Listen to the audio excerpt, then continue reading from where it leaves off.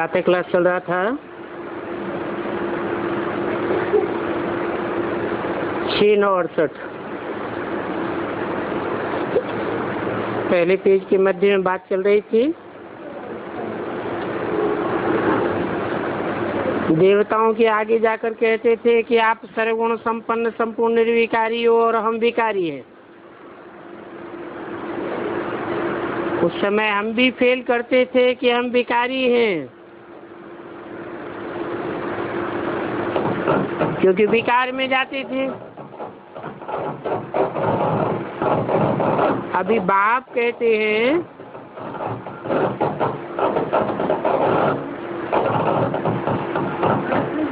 तुमको ऐसा निर्विकारी बनना है।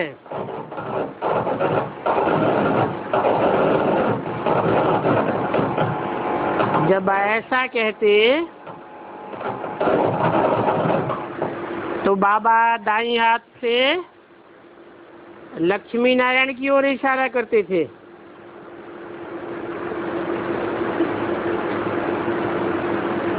जैसे इन्होंने दैवी गुण धारण किए हैं, वैसे ही तुमको भी दैवी गुण धारण करने हैं।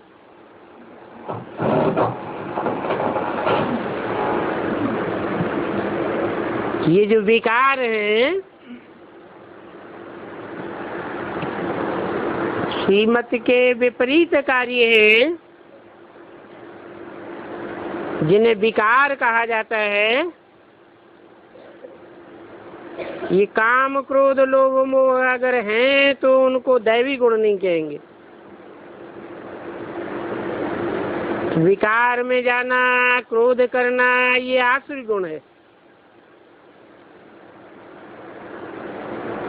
देवताओं में तो लोभ नहीं होगा, वहां 5 विकार ही नहीं होते हैं। और ये तो है ही रावण की दुनिया। रावण का जन्म होता है त्रेता और द्वापर के संगम पर।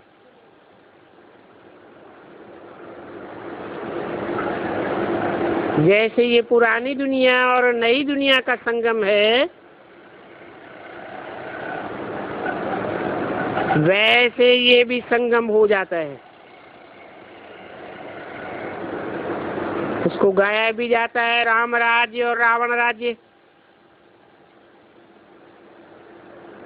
अभी तुम तो समझते हो कि रावण राज्य में बहुत दुख है, कितनी बीमारियां, लड़ाइयां आदि होती रहती है, अनेक प्रकार के दुख है। इसको कहा जाता है रावण राज्य। और रावण को भी हर वर्ष मनाते हैं। चित्रों में भी रावण को दिखाते हैं।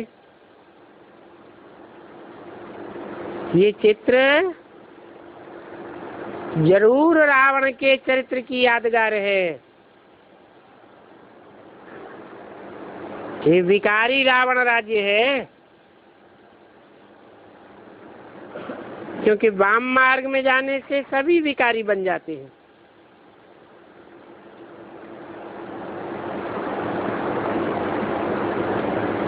बायां हाथ अशुभ सूचक है। झाड़ के चित्र में भी दिखाया है। बाईं ओर के जो भी धर्म हैं, वो सब विचार को बढ़ावा देने वाले हैं। बच्चे समझते हैं अभी हमको तो निर्विकारी बनना है। और ऐसे नहीं कि सतयुग में निर्विकारी बनना है, नहीं, यहाँ इसी दुनिया में दैवी गुण धारण करने हैं। ऐसे नहीं कि नई दुनिया में दैवी गुण धारण करेंगे। ये भी जानते हैं कि मनुष्य जैसा कर्म करते हैं ऐसा ही फल मिलता है। तो बच्चों से अभी कोई भी विकर्म नहीं होना चाहिए।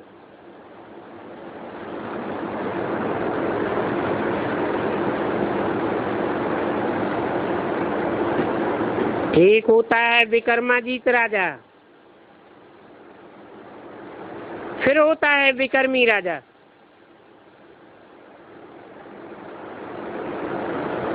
विक्रमी राजा के राज्य में विक्रमी संवत चलता है।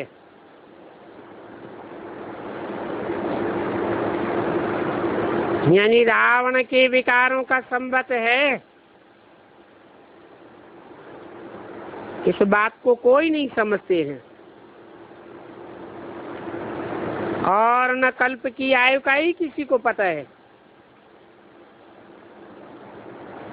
वास्तव में विक्रमाजीत तो देवताएं होते हैं, तो 5000 वर्ष में 2500 वर्ष हुआ विक्रमी संवत और 2500 वर्ष राजा विक्रमाजीत। विक्रमों पर तुम अभी जीत पाते हो, अर्थात विकारों पर जीत पहनते हो, तो उनको कहेंगे कि विक्रमाजीत। आधा कल्प है वो विक्रमाजीत,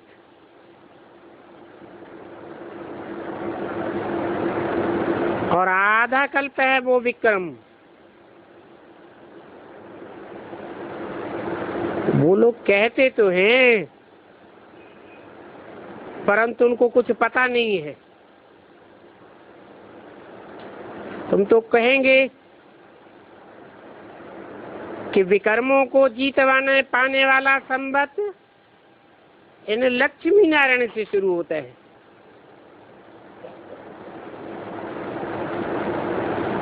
फिर बाद में 2500 वर्ष के बाद विक्रम संवत शुरू होता है। अभी बाप आए हैं ये विक्रमी संवत पूरा करने के लिए।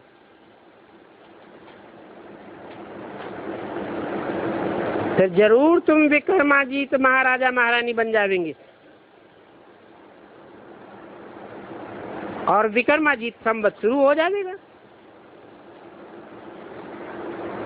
ये सब बातें तुम ही जानते हो।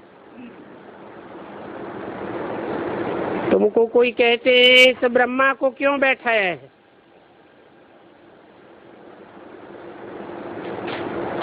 बोलो। अरे तुम्हारी इनसे आकर क्यों पड़ी है? हमको पढ़ाने वाला ये कोई ब्रह्मा थोड़े ही है। हम तो शिव बाबा से पढ़ते हैं। ये ब्रह्मा भी उन शिव बाबा से पढ़ता है। जो पढ़ाने वाला है वो तो ज्ञान सागर है और उसका कोई चित्र नहीं होता है, वो तो विचित्र है, निराकारी है। उनका चित्र अर्थात शरीर नहीं होता है, उनको कहा ही जाता है निराकार।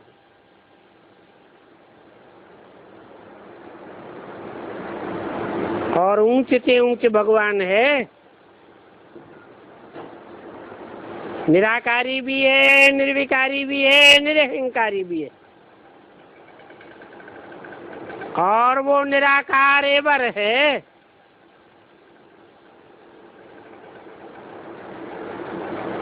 जिस धाम से आता है वहां सभी निराकारी आत्माएं ही रहती है। फिर यहाँ इस दुनिया में आकर के साकारी बनती है। उस निराकारी परमपिता परमात्मा को हिंदू, मुसलमान, सिख, ईसाई सब याद करते हैं, क्योंकि वो आत्माओं का बाप है।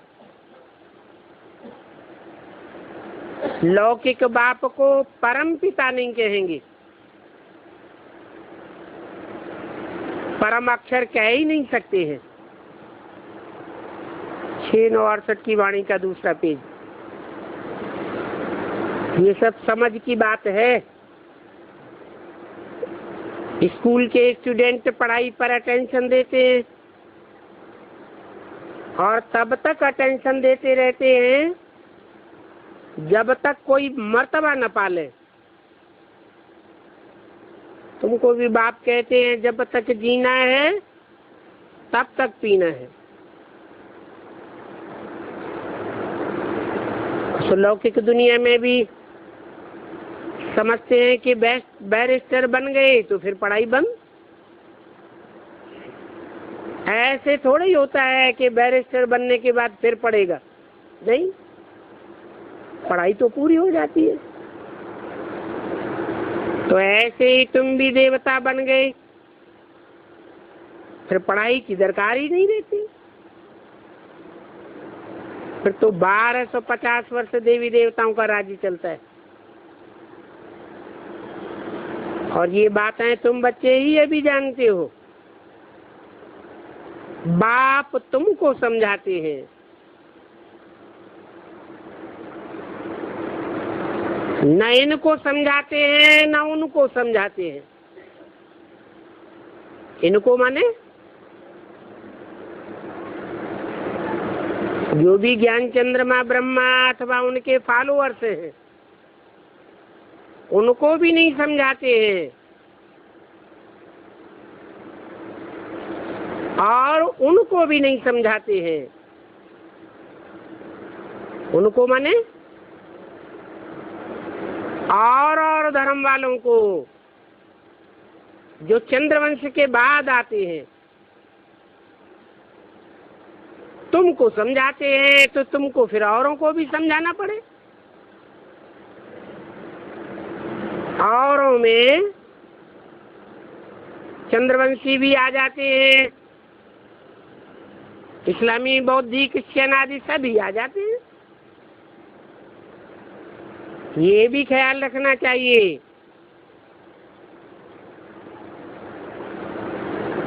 कि अगर औरों को पढ़ाते नहीं हैं तो उनको टीचर नहीं कहेंगे।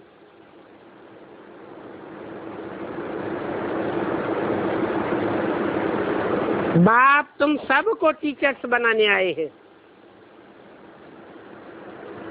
क्योंकि तुम सब हो पहली पीढ़ी के जनरेशन। नई दुनिया की शुरुआत होगी और पहली सूर्यवंशी जनरेशन की शुरुआत हो जाएगी।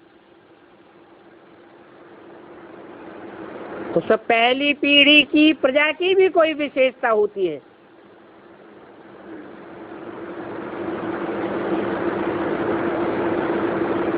कहेंगे 9 लाख प्रजा है, जिनकी यादगार 9 लाख सितारे आसमान में चमकते हैं। वो सितारे हैं आसमान के सितारे, जड़, और तुम हो धरती के चैतन्य सितारे। तुम्हारे में भी आधे सिर्फ ज्ञान सूर्य को फॉलो करने वाले और आधे ज्ञान सूर्य से जो रोशनी लेता है चंद्रमा, उस चंद्रमा को फॉलो करने वाले। फिर भी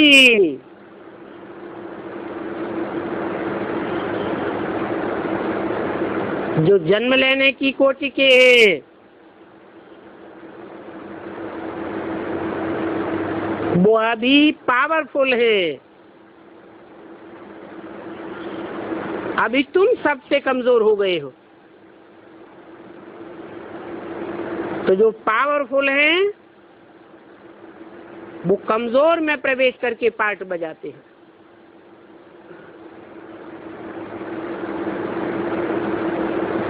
जब तुम पावरफुल बन जावेंगे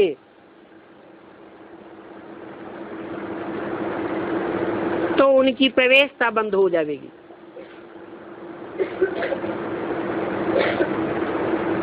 क्योंकि वो आत्माएं संगम में तुम्हारे बुद्धि रूपी पेट में प्रवेश करके कार्य करती है, और सतयुग में तुम्हारे स्थूल पेट से जन्म लेती है। वो तुम्हारी रचना है और तुम उनके रचयिता हो। ये तुम्हारी एंड सन्स कंपनी है, दोनों ही मिलकर के सारी दुनिया को पढ़ाई पढ़ाते हो।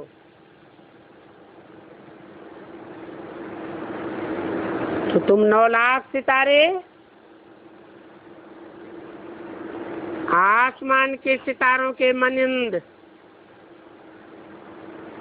सारी दुनिया में ऊंची स्टेज में चमकते रहेंगे। ये महाविनाश के समय की बात है।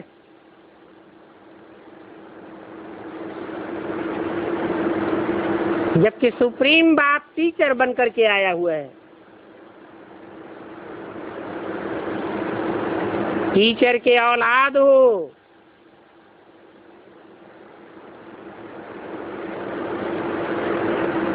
तब कहेंगे कि बाप और बेटे की कंपनी है। तो टीचर के बच्चे टीचर होना चाहिए।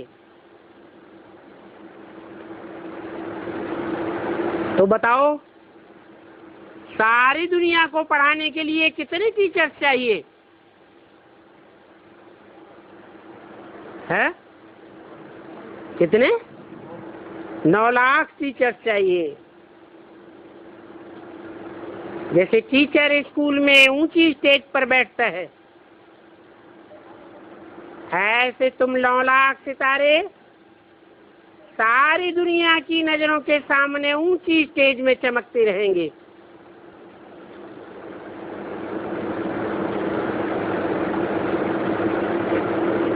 जैसे तुम्हारा बाप टीचर भी है,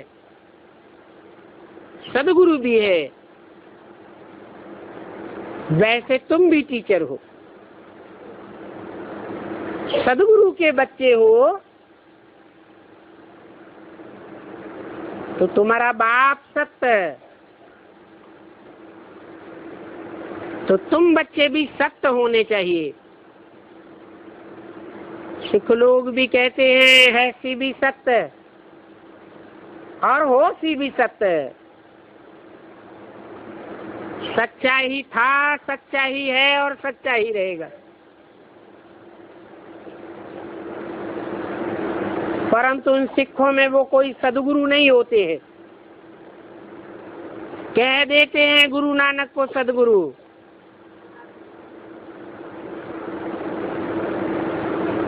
वो तो वास्तव में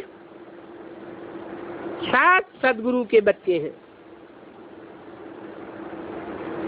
सत्य माना ही सत्य है, और जो सत्य होता है उसका कभी विनाश नहीं होता है। जो असत्य होता है उसी का विनाश होता है। दुनिया में सत्यखंड भी है भारत, और झूठ खंड भी है, अभी बने हुए हैं। वो झूठ खंड इस्लाम धर्म खंड अरब देश, क्रिश्चियन धर्म खंड यूरोपीय अमेरिका, बौद्धी धर्म खंड चीन जापान आदि आज से 2500 साल पहले थे ही नहीं, और अभी फिर नहीं रहेंगे। जब महाविनाश होगा तो जो सत्यखंड भारत है वो ही रहेगा। अभी तो ये सारी दुनिया कूड़खंड है, जिसमें कूड़ा ही कूड़ा भरा पड़ा है।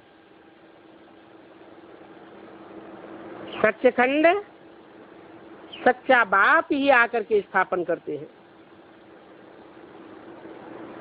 उसको कहेंगे सच्चा साईं बाबा। साईं कहते हैं स्वामी को।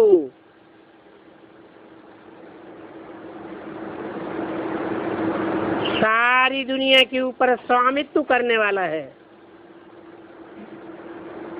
वो विश्व पिता है। सारे विश्व को शासन करता है। तो जब सच्चा बाप आते हैं उस समय नकल करने वाले ढेर के ढेर साईं बाबा निकल पड़ते। गायन भी है, नैया ढूलेगी हिलेगी परंतु डूबेगी नहीं। बच्चों को समझाया जाता है माया के तूफान तो बहुत आवेंगे,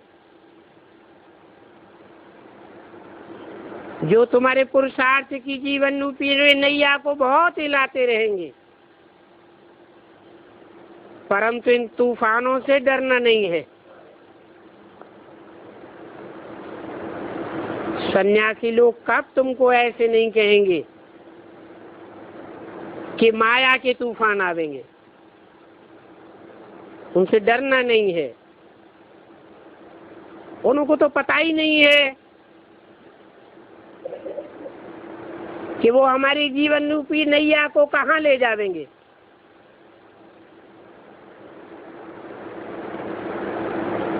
ढाई हजार से हमारी जीवन रूपी नैया जन्म जन्मांतर गड्ढे में जाती रही है।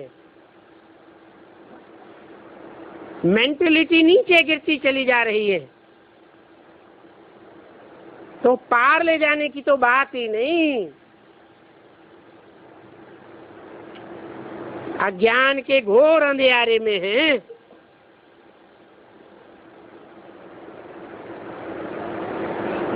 ये भक्ति मार्ग है ही अज्ञान। इस भक्ति से कोई की सदगति नहीं हुई है, एक ज्ञान से ही सदगति होती है। ज्ञान जानने को कहा जाता है और जानकारी सत्य की ही होनी चाहिए। सत्य बाप आकर के ही सत्य की जानकारी देते हैं।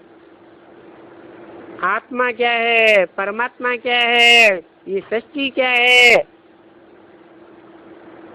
कैसे सृष्टि का चक्र आवृत होता है, वो सच्चाई सिवाय बाप के कोई बता ही नहीं सकता। क्योंकि और सब मनुष्य आत्माएं जन्म मरण के चक्र में आने वाली है। नया नया जन्म होता रहता है तो पिछले जन्म की बातें भूल जाती है। ये तो एक ही अजन्मा बाप आत्मा है जिसको सुप्रीम सोल कहा जाता है, जो कभी भी गर्भ से जन्म नहीं लेता। वो आकर के सच्चाई बताता है अनेक जन्मों की। तो मनुष्य गुरु तो जानते ही नहीं कि किससे दुर्गति होती है और किससे सदगति होती है। भक्ति करते करते नीचे ही उतरते रहते हैं। भले वो कहते तो हैं कि भगवान आकर के भक्ति का फल देगा भक्तों को, तो ये तो ठीक है कि भक्ति तो जरूर करते हैं,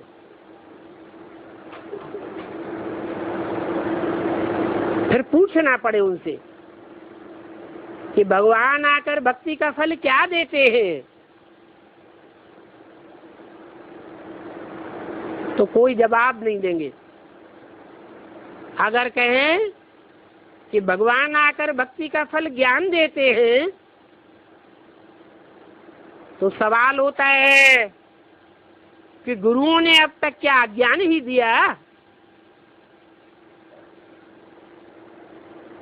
तो उनको पता ही नहीं है कि भगवान भक्ति का फल क्या देते हैं। गाते हैं ज्ञान भक्ति वैराग, परंतु अर्थ नहीं समझते हैं कि भगवान जब आते हैं तो भक्ति मार्ग के अंधश्रद्धा युक्त कर्म कांडों से वैराग आ जाता है।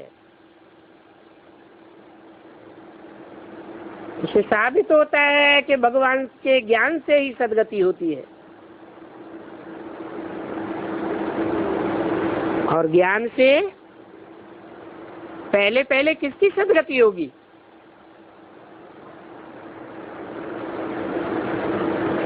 ये तो ठीक है कि मनुष्य मात्र की सद्गति होती है,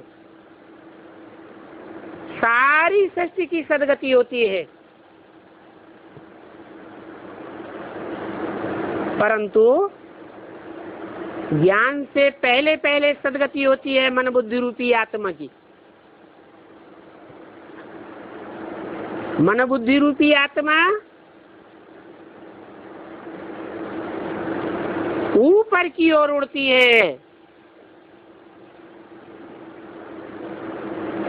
अधोगामी नहीं बनती। नहीं तो भक्ति से तो बुद्धि नीचे ही उतरती रहती है।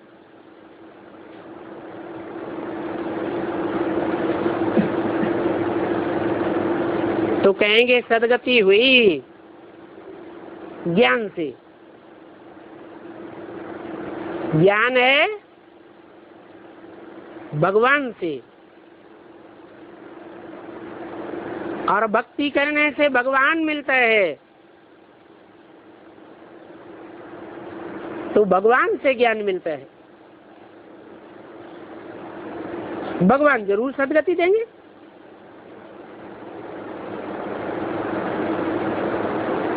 सद्गति देंगे तो साबित हो जाता है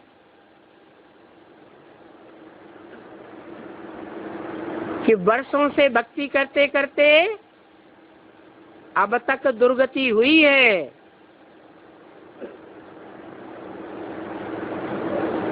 तो भगवान को आकर के सद्गति देनी पड़ती है। कहते तो ठीक है कि भक्ति का फल भगवान आकर के देंगे, परंतु कब देंगे और कैसे देंगे वो तो पता ही नहीं है, क्योंकि झूठा ज्ञान सुनाते हैं कि भगवान हर युग में आते हैं, हर युग में आकर के सद्गति करते हैं। अरे सद्गति करेंगे तो सत्य युग की स्थापना होगी, झूठ खंड की स्थापना कैसे होगी? द्वापर के अंत में आए कृष्ण के रूप में, तो पाप के युग की स्थापना थोड़े ही करेंगे। सद्गति की स्थापना करेंगे तो कलयुग कैसे आ जाएगा? तो पता ही नहीं है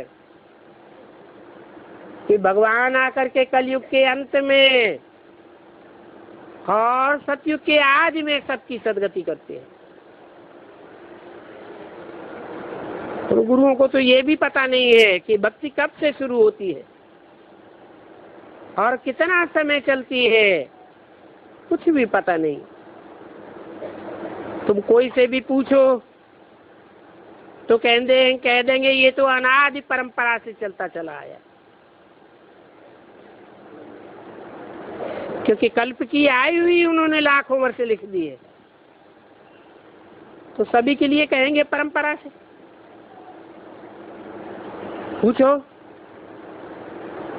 शास्त्र कब बने, कब से सुनना शुरू किया, कब से शास्त्र पढ़े, ये रावण को कब से जलाते चले आए, तो कह देंगे परंपरा से। ये भी पता नहीं है कि कोई जब बहुत दुख देते हैं तब उनका पुतला जलाया जाता है। दुनिया की हर चीज पहले सतो प्रधान होती है, बाद में तमो प्रधान बनती है। ये रावण राज्य भी पहले सतो प्रधान था, बाद में कलयुग में आकर के तमो प्रधान बना।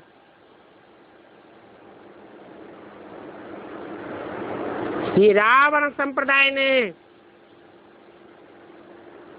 कलयुग में आकर के भारत को बहुत दुख दिया। कितने कितने विधर्मियों के आक्रमण हुए, कितना भारत को तहस नहस किया, कितने ढेर के ढेर कन्वर्ट होते रहे।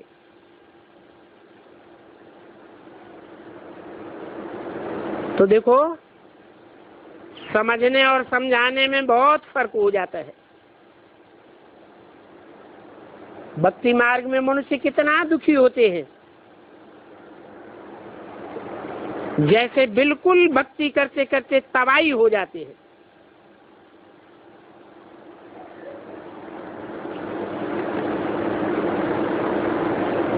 शास्त्रों के श्लोकों को रटना शुरू कर देते हैं, फिर भगवान बाप आकर जब ज्ञान सुनाते हैं तो समझते हैं इन्हों का ज्ञान तो कोई नया ज्ञान है। बाप तो समझाते हैं कि जिन्होंने कल पहले समझा होगा वो झट समझ जाते हैं।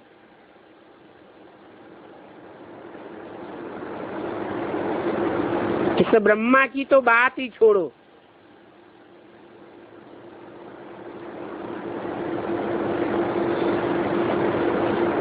ब्रह्मा का जन्म नहीं गाया हुआ है, शिव बाबा का जन्म गाया हुआ है। शिवरात्रि मनाते हैं ना, तो जरूर घोर अज्ञान की रात्रि में आया होगा, संसार में प्रत्यक्ष हुआ होगा। जैसे बच्चा जन्म लेता है तो संसार में प्रत्यक्ष होता है ना, तो शिव बाबा का भी जन्म तो है, परंतु दिव्य जन्म है। कोई पेट से जन्म नहीं लेते हैं, ये बुद्ध रूपी पेट से प्रत्यक्ष होने की बात है। जब इस दुनिया में 500 करोड़ की बेहद की दुनिया में, अथवा ब्रह्मा के द्वारा रची हुई ब्राह्मणों की दुनिया में, और ब्राह्मणों में भी जो बीज रूप आत्माएं हैं सब धर्मों की, उस एडवांस पार्टी के बीच में भी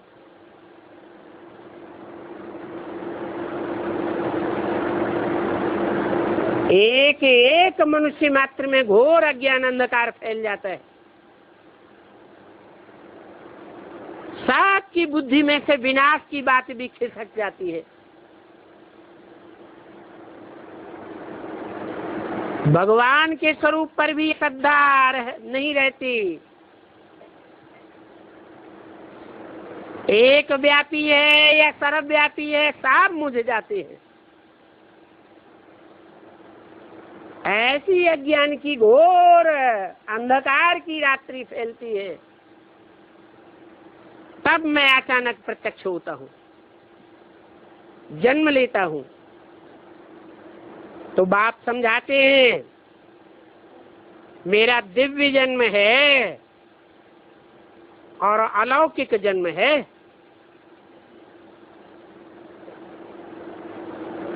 मैं प्राकृतिक मनुष्यों सदस्य जन्म नहीं लेता हूँ।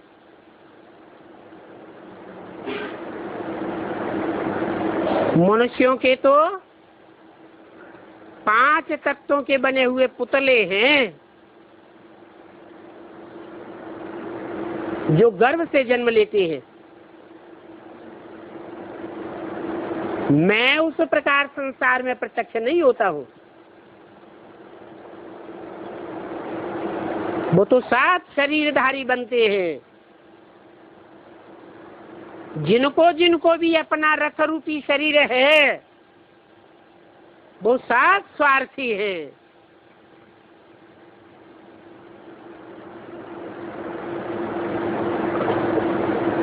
रथ में ही बुद्धि लगी रहती है, देहधारी है,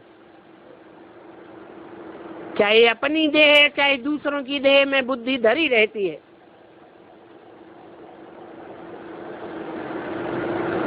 क्योंकि देह से ही जन्म लेते हैं, और मैं तो देह से जन्म नहीं लेता हूं, मैं तो बुद्धि रूपी पेट में प्रवेश करता हूं।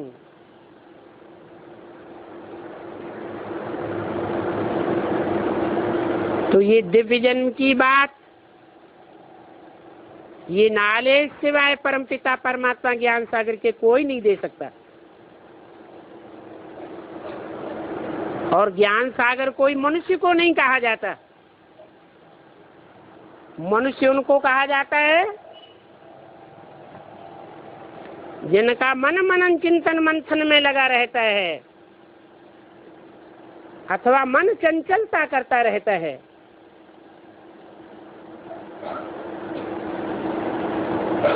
ये उपमा तो निराकार की है, ज्ञान का सागर। निराकार बाप आकर के आत्माओं को पढ़ाते हैं।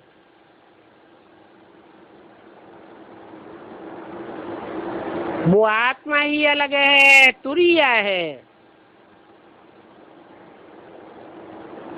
समझाते हैं कि तुम सभी कैसे पार्ट बजाते हो।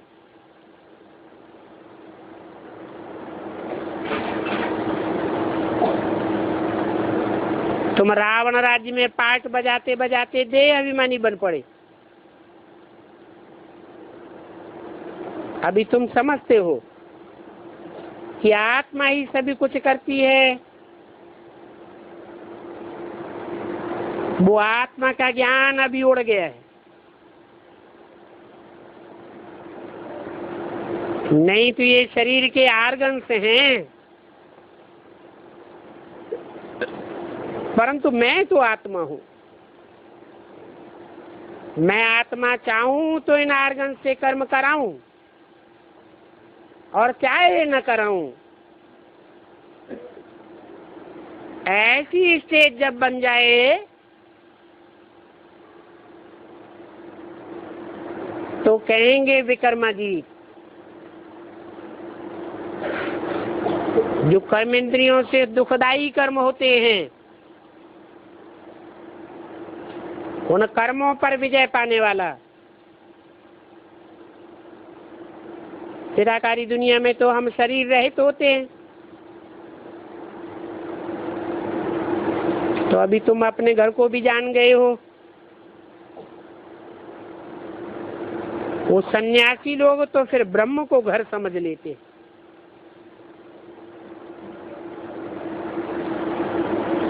ब्रह्म को ही ईश्वर मान लेते हैं। वास्तव में न ब्रह्म घर है न ईश्वर है, न ब्रह्मा घर है और ईश्वर है।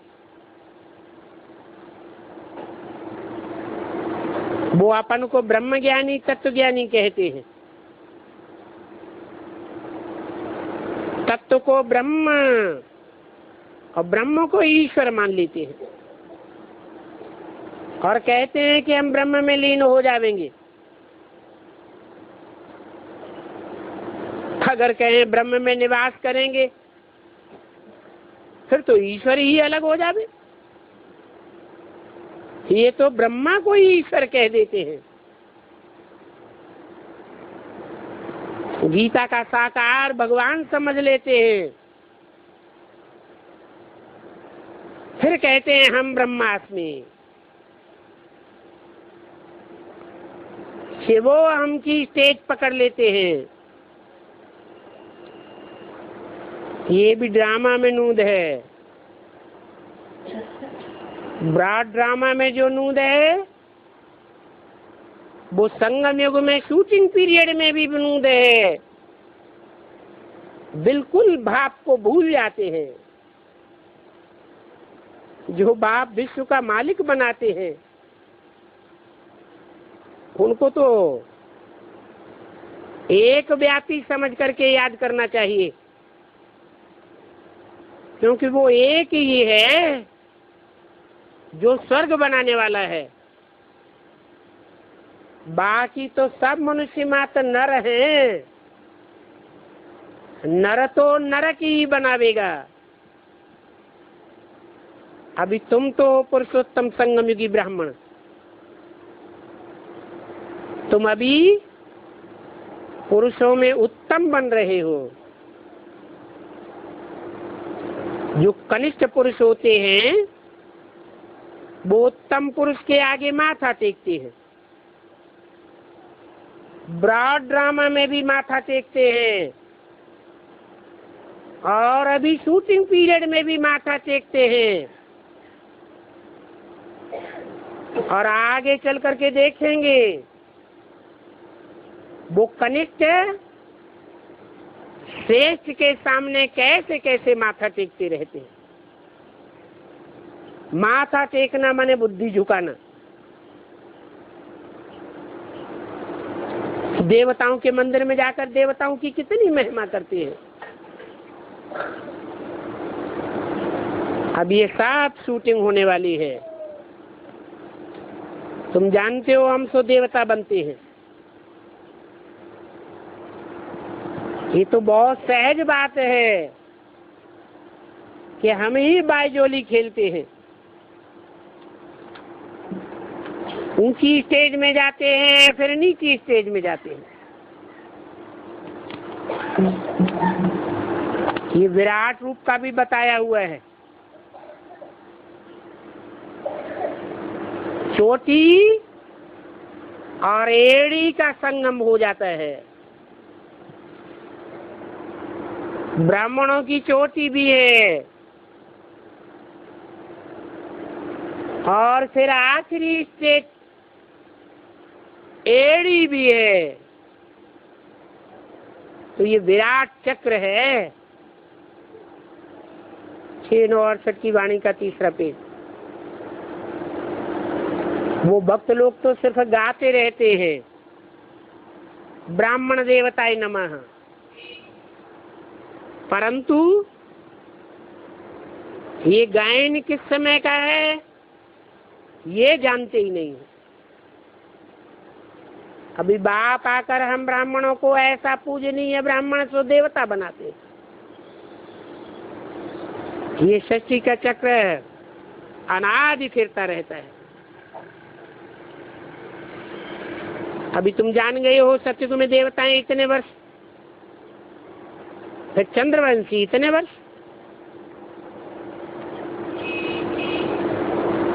चित्र तो देवताओं के मिलते हैं ना। लक्ष्मी नारायण के आदि के चित्र है ना, जो उनके चरित्र की यादगार हैं। जानते हो ये ऊंचे से ऊंचे हैं, इसलिए नारायण की कथा घर घर में भारत में गाई जाती है।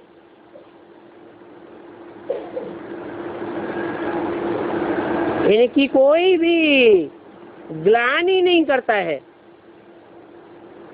शास्त्रों में भी इनकी कोई ग्लानि नहीं है। नहीं तो 33 करोड़ देवताएं साथ की ग्लानि भरी हुई है। फिर बाप आकर सभी को नंबरवार करेक्ट करते हैं। तुमको भी करेक्ट कर रहे हैं, क्योंकि भक्ति मार्ग में जन्म जन्मांतर तुम जो करते आए हो वो सभी रंग है।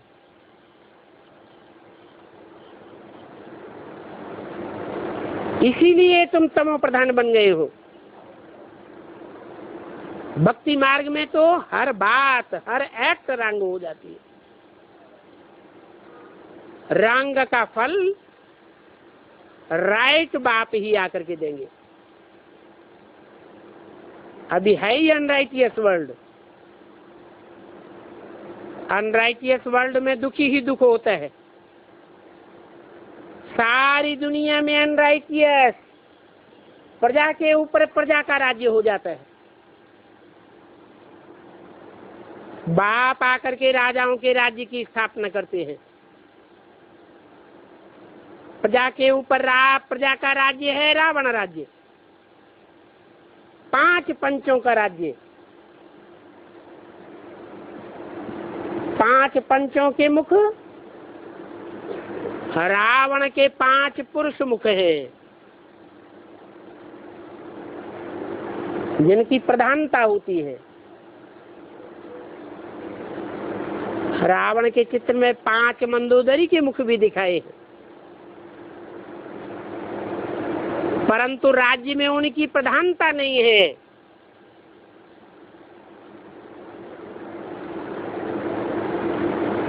वो शासक नहीं है,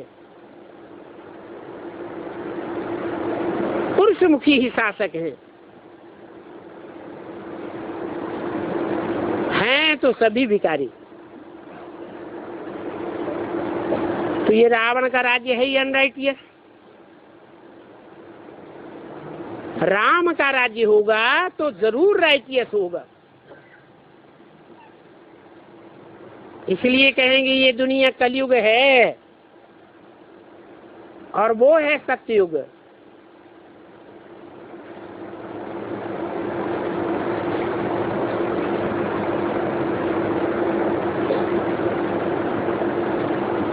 सत्ययुग में देवताएं कब शास्त्र नहीं उठाते हैं।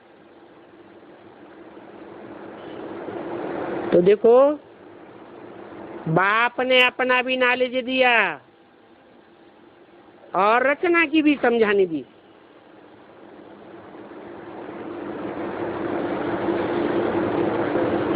शास्त्रों में इन देवताओं की बुद्धि नहीं होती है।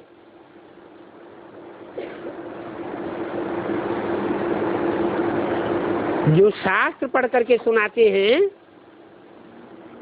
उन्हें शास्त्रवादी कहा जाता है। तो उन शास्त्रवादियों की बुद्धि में सिर्फ वेद शास्त्री होंगे। बाप कहते हैं हम जानते हैं ये सभी शास्त्र भक्ति मार्ग के हैं।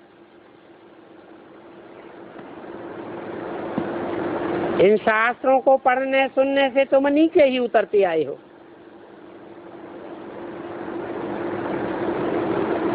ये नीचे उतरने की शूटिंग अभी ब्राह्मणों की दुनिया में भी तुम करते हो क्या? कैसे?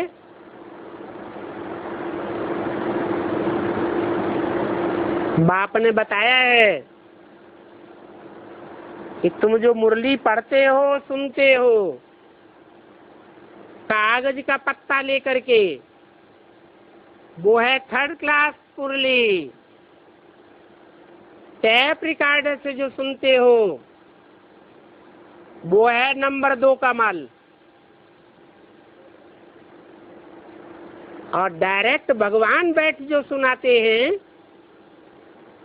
और तुम्हारी बुद्धि ये निश्चय करती है कि हम डायरेक्ट भगवान बाप से सुनते हैं,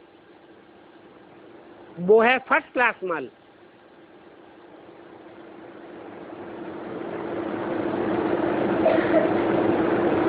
एक भगवान के ज्ञान से ही, एक भगवान से सुनने से ही सदगति होती है, उससे दुर्गति नहीं हो सकती। बाकी तो सभी शास्त्रों का ज्ञान है, जो सुनते हैं, पढ़ते हैं और सुनाते रहते हैं। कुछ न कुछ मिक्सर की जरूर करते रहेंगे। मनुष्य इन बातों को समझते नहीं है।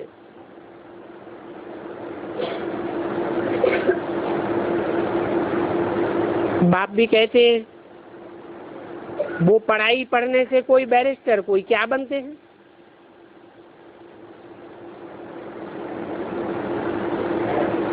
वो फिर भी चढ़ाई है। अभी तुम्हारी चढ़ाई देखो कैसी है, कैसे तुम सीढ़ी चढ़ते हो। एक सेकंड में मनुष्य से देवता बन जाते हो।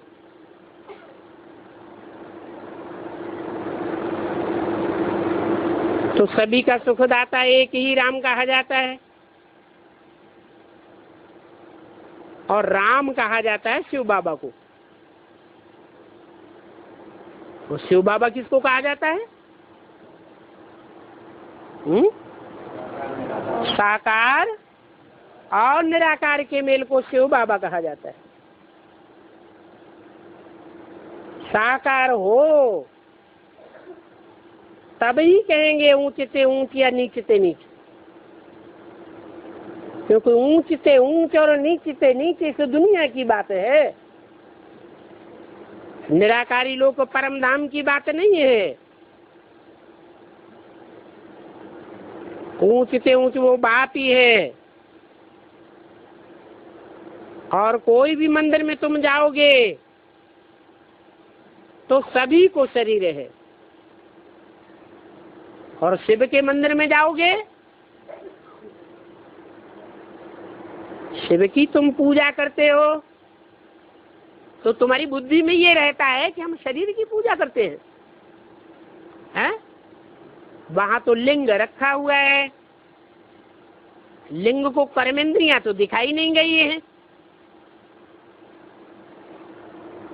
तो क्या जड़ की पूजा करते हो? पूजा तो पवित्र की जाती है। जिस पवित्र की पूजा की जाती है वो पवित्र तो चैतन्य होगा या जड़ होगा? चैतन्य होना चाहिए, और चैतन्य कहा जाता है बोलते चालते को।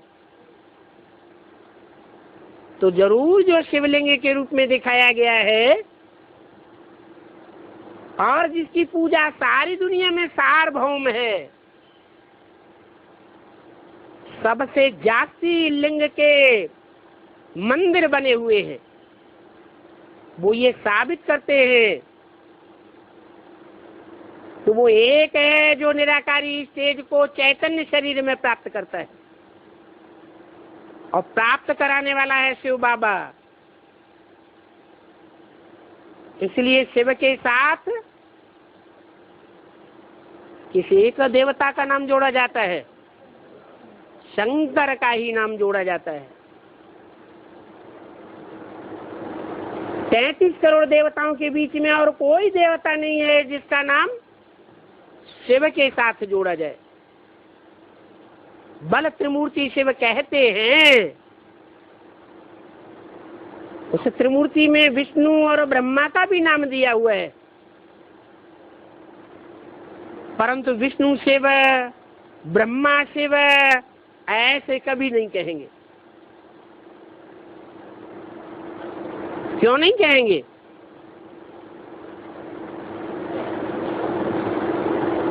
क्योंकि वो नीची स्टेज दिखाई गई है। 3 मूर्तियों के बीच में ऊंची से ऊंची स्टेज है महादेव, जो शिव बाप का बड़े से बड़ा बच्चा है।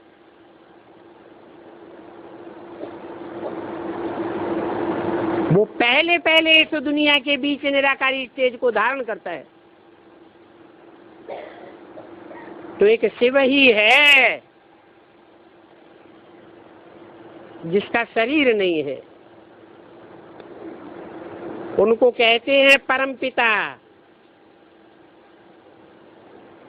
तो क्या बिंदी को कहते हैं? हाँ? जब पिता है, सुप्रीम टीचर है, सदगुरु है, तो क्या बिंदी है? बिंदी को कहा जाता है क्या? नहीं।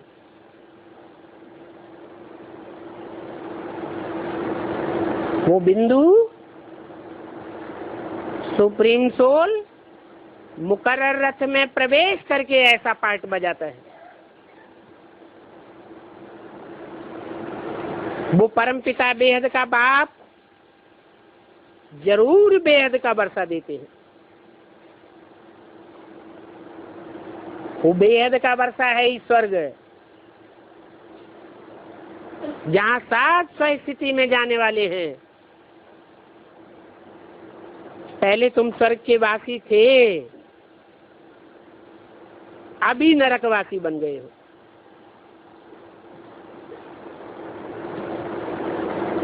राम कहा जाता है बाप को।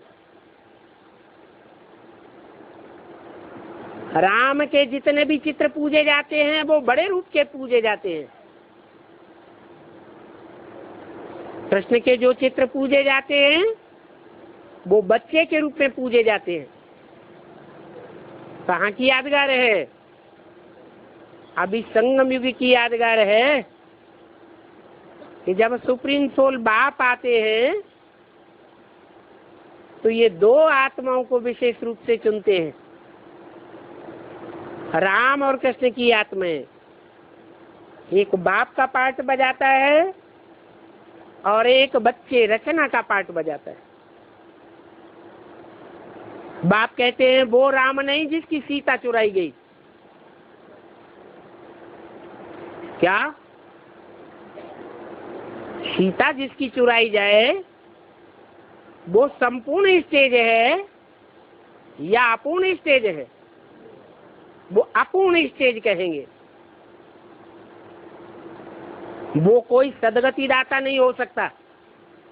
कौन? जिसकी सीता इसके घरवाली ही चुराई ली जाए। वो सारे राज्य का पालन पोषण क्या करेगा? सारे विश्व का पिता कैसे बनेगा? विश्व का शासक तो बन ही नहीं सकता। बाप कहते हैं वो राम तो सिर्फ राजा था, उसको महाराजा भी नहीं कहेंगे। ये महाराजा और राजा का भी राज समझाया है। महाराजाएं होते हैं सतयुग में,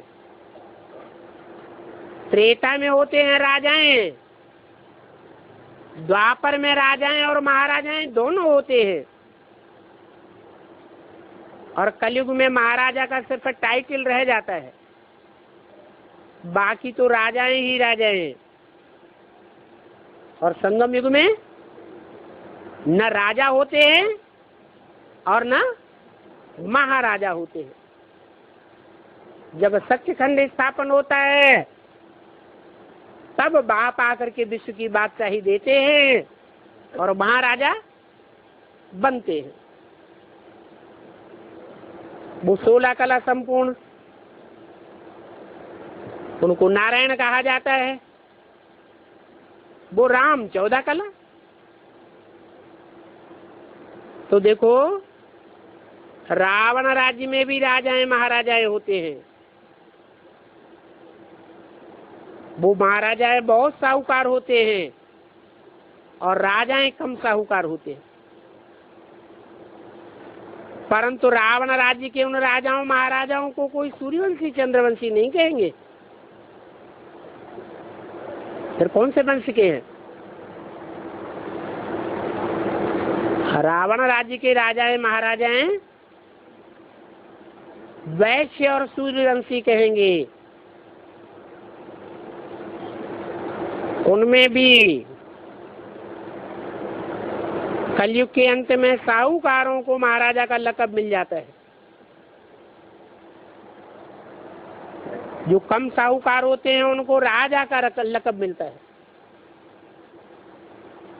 अभी तो है ही प्रजा के ऊपर प्रजा का राज्य। राजाओं महाराजाओं की उपाधि ही खत्म। घोर अंधियारा लगा पड़ा है। इस प्रजा के ऊपर प्रजा के राज्य में कोई धनी दोरी नहीं है। राजा को भी प्रजा अन्नदाता समझती है, परंतु अभी तो वो गए। बाकी देखो प्रजा का क्या हाल है। कितना लड़ाई झगड़ा मारा मारे में आदि लगी हुई है। अभी तुम्हारी बुद्धि में तो आदि से लेकर अंत तक सारा नॉलेज। वो भी बाप ने आकर के समझाया है। तुम जानते हो कि रचयिता तो एक ही बाप है, और वो ज्ञान का सागर है, सुख का सागर है। इस बात को भी तुम समझते हो। और अभी संगम युग में तो ज्ञान का सागर, सुख का सागर प्रैक्टिकल में है। जिसकी फिर भक्ति मार्ग में कहानी बनेगी। तुम भी अभी प्रैक्टिकल में हो, आधा कल्प तुम राज्य करेंगे, फिर बाद में तुम्हारी कहानियां बन जाएंगी। चित्र तो बने रहते हैं। तो कोई से भी पूछो ये चित्रधारी कब राज्य करते थे, तो कहते हैं कि लाखों वर्ष पहले राज्य करते थे। कोई भी सन्यासी उदासी आदि नहीं है जो जानता हो। वो तो है निवृत्ति मार्ग वाले। तो प्रवृत्ति मार्ग वाले देवी देवताओं के बारे में क्या जाने। तुम तो हो पवित्र गृहस्थ आश्रम वाले। अभी फिर से तुमको पवित्र गृहस्थ आश्रम में जाना है।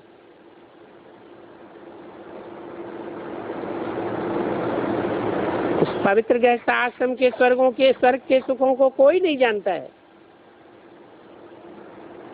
ये निवृत्ति मार्ग वाले गुरु सन्यासी कभी भी प्रवृत्ति मार्ग नहीं सिखला सकते हैं। अगर सिखलाए सकते होते तो अपने घरगस्थ को छोड़ करके क्यों भागते। समूह प्रधान मनुष्य ये भी नहीं समझते हैं कि इनको गीता ज्ञान सुनाने का कोई हक नहीं है। गीता में तो प्रवृत्ति मार्ग का सारा ज्ञान दिया हुआ है। नर को नारायण बनाने का ज्ञान दिया हुआ है। नारी लक्ष्मी को द्रौपदी से लक्ष्मी बनने का ज्ञान दिया हुआ है। नर नारायण अथवा लक्ष्मी नारायण प्रवृत्ति मार्ग वाले थे। प्रवृत्ति मार्ग वालों का ज्ञान निवृत्ति मार्ग वाले देवताएं कैसे दे सकते हैं। तो तमो प्रधान मनुष्य हैं तो इन बातों को समझते ही नहीं। ओम शांति।